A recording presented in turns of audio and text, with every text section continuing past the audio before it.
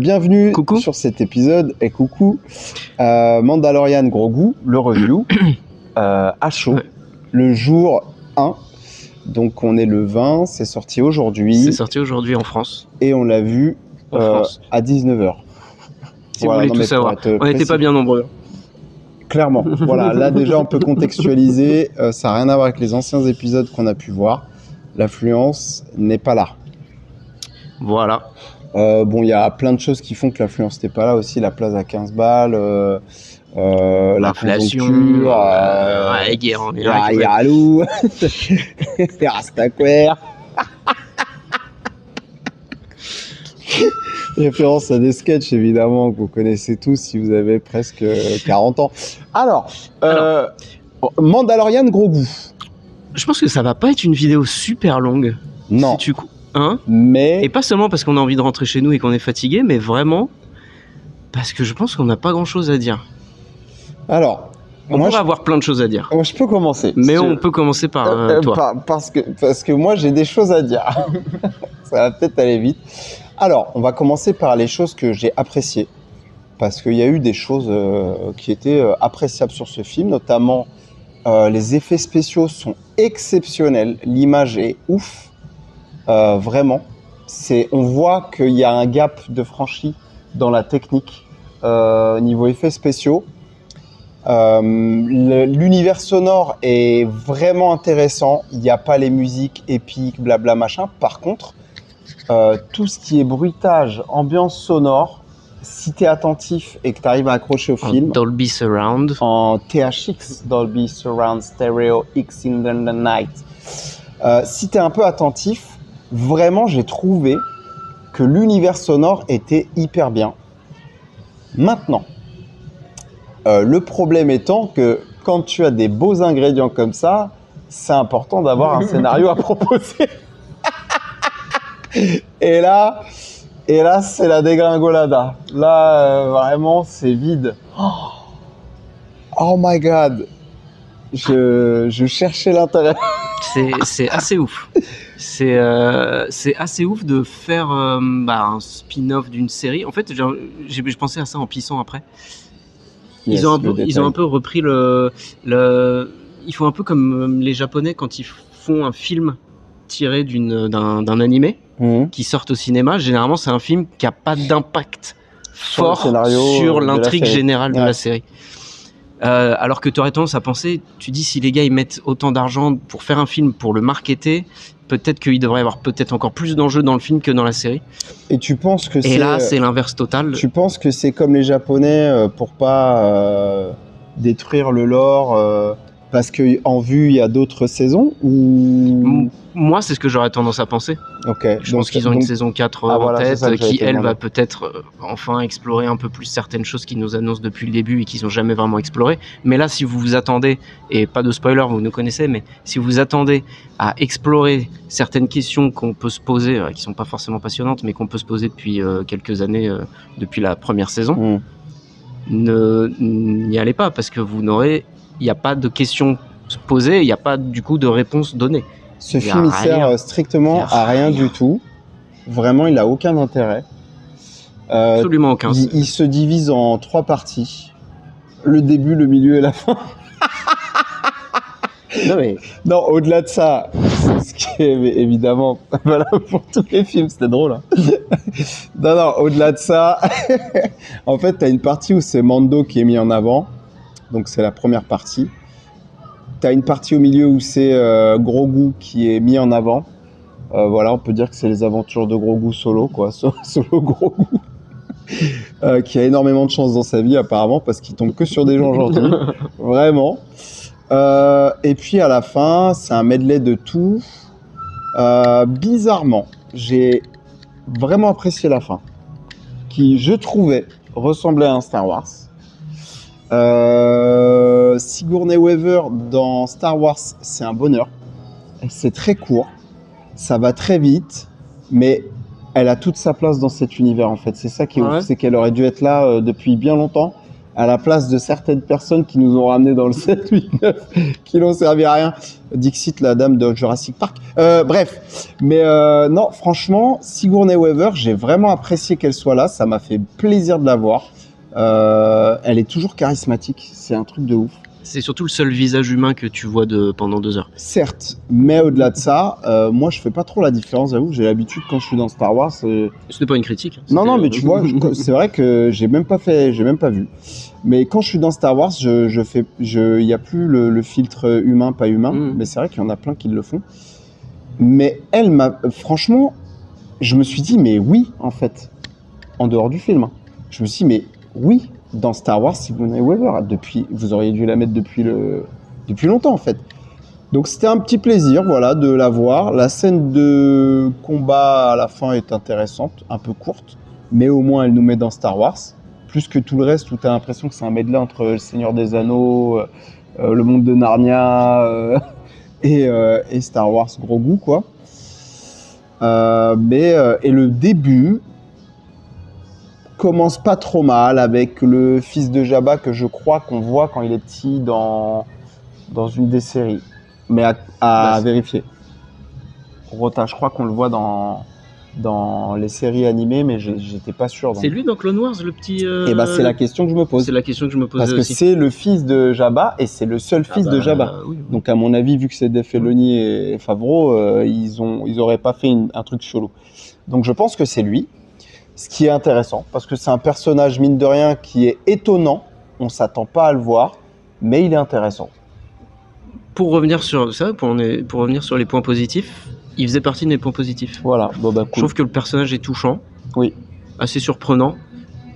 Le seul reproche, c'est qu'en fait, il vient d'une idée, et qu'en fait, dès qu'il a une ligne de dialogue, c'est juste, il est toujours en boucle. Et il répète l'idée scénaristique autour du personnage et il ne dit que ça. Ouais, c'est dommage. Il est tout le temps en train de répéter sa thématique et il va jamais plus loin que ça. Bon, c'est parce que après, de toute façon, on va revenir dessus, mais c'est vraiment écrit avec les pieds. Donc, grave. Voilà. Mais l'idée de base de ce personnage n'est pas inintéressante. Ouais. Et voilà. Pour revenir à ce que tu disais, mon autre point positif, putain, qu'est-ce qu'on est positif ce soir. Revenir sur le visuel, il y a des effets. J'ai pas accroché à tout le visuel. Je trouve que de temps en temps il y a trop de CGI, trop de monstres, trop de machins. Au bout d'un moment, quand les monstres ils se tapent dessus, c'est juste un gloubi-boulga de CGI qui se sautent les uns sur les autres. Il y a aucun impact, il y a rien quoi. Mais je sais pas si t'as remarqué, les monstres ils faisaient partie du jeu d'échecs. Exactement. Mais il y a de temps en temps, et notamment sur les mechas à la fin, ils ont fait des faux effets de stop motion. Je sais pas si tu l'as senti, ce petit côté saccadé, même parfois avec gros goût. Non, mais j'ai aimé. Ça, c'est hyper cool. Ça sauve pas un film, ça sauve pas un film, mais c'est assez cool. Donc voilà, on a décidé de commencer par le côté positif. Et puis, on a quand même balancé quelques trucs négatifs. Ouais, c'était juste la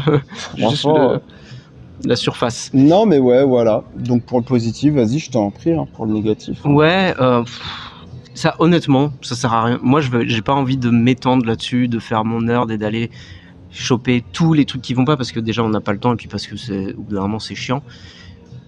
Quand t'as des gens qui font pas d'efforts, j'ai même pas envie de faire d'efforts non plus dans ma critique, tu vois ce que je veux dire.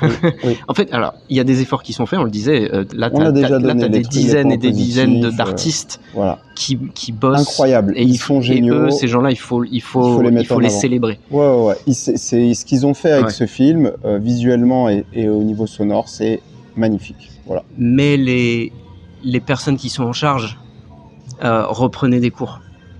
Très simple. Je comprends pas comment ils arrivent encore à faire des scénarios aussi merdiques et c'est écrit par Filoni et Favreau, mais c'est quand même dingue. Comment ils ont pu, en faisant des séries de qualité plus ou moins bonnes, mais en tout cas meilleures que le film, comment ils ont pu valider un scénario aussi pourri? C'est mou et banal. Ça n'a aucun intérêt. Il n'y a pas d'excitation, il n'y a pas d'enjeu. Bien, mais la première intrigue se résout hyper facilement. Tu pars sur une autre intrigue qui est nulle, comparée à la première, qui aurait pu durer tout le film finalement. Inspiré de la chasse aux nazis. Voilà, tout simplement. Et on se retrouve du coup de passer à une intrigue intéressante mais qui se résout en 30 minutes à une intrigue hyper longue qui est nulle, qui est vraiment nulle. Et c'est terrible, ce manque absolu de rythme, mais qui était déjà systématique de toutes les productions Favreau dans Star Wars, donc Mandalorian, Book of Boba Fett. Ah ouais. Un manque de rythme terrible, c'est-à-dire que tu as des scènes entières où les gars, ils marchent. Il marche. Et puis il n'y a même pas de contemplation à faire. Non, franchement, c'est chiant. C'est chiant. Terrible de mollesse. C'était hyper chiant. Donc, moi, j'ai pas besoin de m'étendre plus. Je pense qu'on est d'accord. Cousu de fil blanc. Ouais, ça a vraiment. Mais à des moments... oui, je voulais le dire, il n'y a aucune intrigue technique.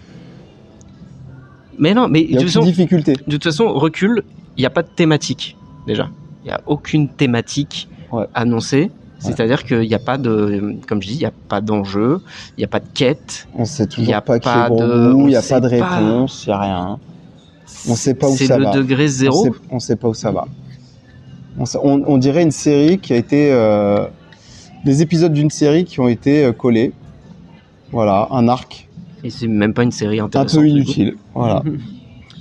Un arc filler pour passer à autre chose, je sais pas comment. Voilà, bon, moi c'est tout ce que j'avais à dire, c'était nul. Après nous, on n'a pas de hype au niveau Mandalorian, Thibaut et moi, on n'a pas spécialement kiffé de ouf la série. Elle est passable, elle est hors Star Wars, elle est pas dégueu, mais elle est pas hyper intéressante. Elle est comme le film, elle apporte pas grand chose au niveau réponse. Elle détruit des symboliques et des symboles tels que le sabre noir et d'autres choses. Et du coup, en fait, ça ferme des portes intéressantes pour l'avenir. Donc, au lieu d'amener des intrigues intéressantes, ça ferme des choses cool qui auraient pu se passer. Donc, voilà, moi, Mandalorian, c'est Barban sur 10. Voilà. Barban. C'est Conan le Barban. Ok. Non, j'ai tenté, je sais pas. Non, j'étais dans un trou, je suis désolé. En fait, il m'a un peu drainé beaucoup d'énergie. Moi, il m'a fatigué. Voir des gens marcher, je ne sais pas pourquoi ça m'a... Et puis, toutes les clés posées là pour que tout se passe bien pour eux. Ouais, putain, un vaisseau, un mec gentil qui donne du poisson et qui met de l'antivenin. Enfin, putain, les gars... Vous nous prenez pour des tubs ou quoi? Non, mais c'est incroyable de prendre des gens pour des teubés comme ça. Vraiment, on a un cerveau qui fonctionne, hein, vous pouvez le faire fonctionner. N'hésitez pas à nous mettre en difficulté sur l'intrigue. Vraiment. Voilà. Pedro Pascal, le jour où tu as envie de te sortir les doigts du cul aussi, tu nous appelles parce que vraiment là, le gars, il était en... Il est inutile. La moitié de ses répliques. Le gars, t'as l'impression qu'il est dans son canapé en train de manger des chips. Ouais, je pense que même lui, ça terrible. Non, il est pas concerné. Il se fait chier, il est pas concerné. Il est pas concerné. Et ça se comprend. Bah ouais, le film est nul. Je pense qu'il a pris un gros cachet, voilà, mais donc il pouvait pas refuser et tout le monde l'attendait. Mais frérot, si t'as un peu d'impact, fais comme Johnny Depp, porte tes yucks, apporte une plus-value, impose un peu ta façon de jouer au niveau du scénario. Je sais pas, fais quelque chose. Parce que nous, on t'aime bien. J'ai rien contre toi personnellement. Bah, moi, je t'aimais bien de base. Dans The Last of Us, c'est exceptionnel. Là, on te reconnaît pas, quoi. Voilà. Bon, voilà. Une fois de plus, on vous avait dit, ce serait court. J'avoue que, bon... Ouais, des petites chronocritiques, c'est très bon comme ça. Voilà, exactement. Et puis, non, pas besoin de plus. Le film ne mérite pas plus. Sur ce... C'est maintenant qu'on se dit au revoir? Bah ouais. Ouais. C'est bon. Les gars, ils sont blasés. Ouais. Allez, au prochain Star Wars, Inch'Allah.